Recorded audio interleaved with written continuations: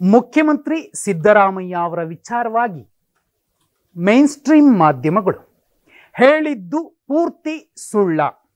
ಹಾಗಿದ್ರೆ main stream ಮಾಧ್ಯಮಗಳ ವಿಶ್ವಾಸಾರ್ಹತೆ ಎಲ್ಲಿಗೆ ಬಂದು ನಿಂತಿದೆ?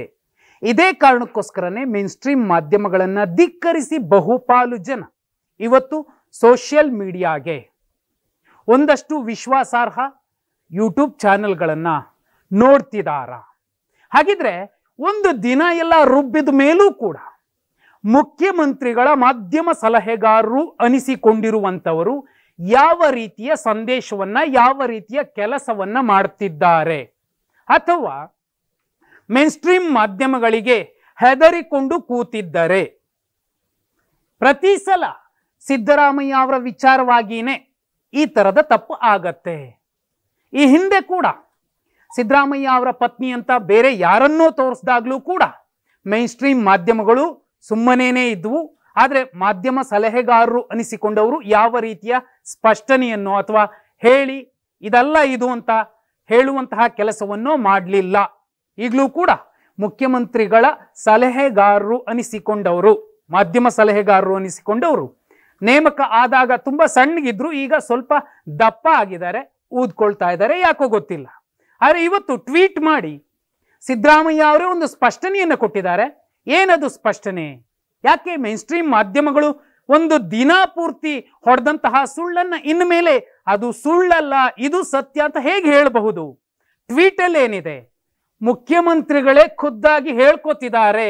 ಏನದು ನೋಡಿ, ಎಐಸಿಸಿಯ ಹಿಂದುಳಿದ ವರ್ಗಗಳ ಸಲಹಾ ಮಂಡಳಿ ಸದಸ್ಯರಾಗಿ ನನ್ನನ್ನ ನೇಮಕ ಮಾಡಲಾಗಿದೆ.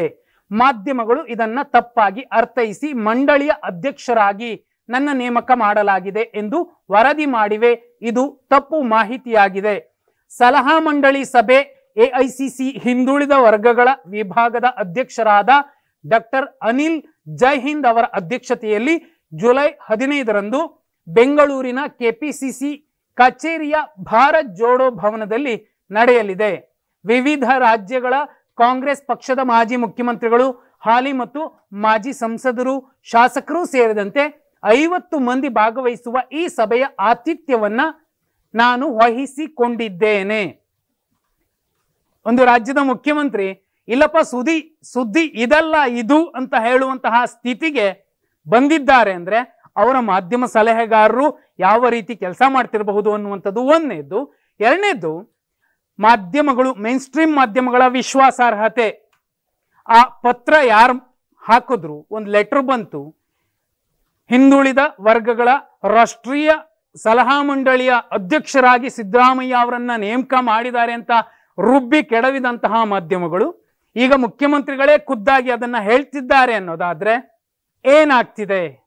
ಜೊತೆಯಲ್ಲಿ ಇಷ್ಟೆಲ್ಲ ಆದ್ಮೇಲೂ ಕೂಡ ಮಾಧ್ಯಮ ಸಲಹೆಗಾರರು ಕೊಡಬೇಕಾಗಿದ್ದಂತಹ ಒಂದು ಸ್ಪಷ್ಟನೆಯನ್ನ ಖುದ್ದು ಮುಖ್ಯಮಂತ್ರಿಗಳೇ ಕೊಡ್ತಿದ್ದಾರೆ ಅಂದ್ರೆ ದಿನದಿಂದ ದಿನಕ್ಕೆ ಗುಂಡಾಗುತ್ತಿರುವಂತಹ ಮಾಧ್ಯಮ ಸಲಹೆಗಾರರು, ಘನವೆತ್ತ ಗೌರವಯುತ ಮಾಧ್ಯಮ ಸಲಹೆಗಾರರು ಯಾವ ಕೆಲಸವನ್ನ ಮಾಡ್ತಿದ್ದಾರೆ?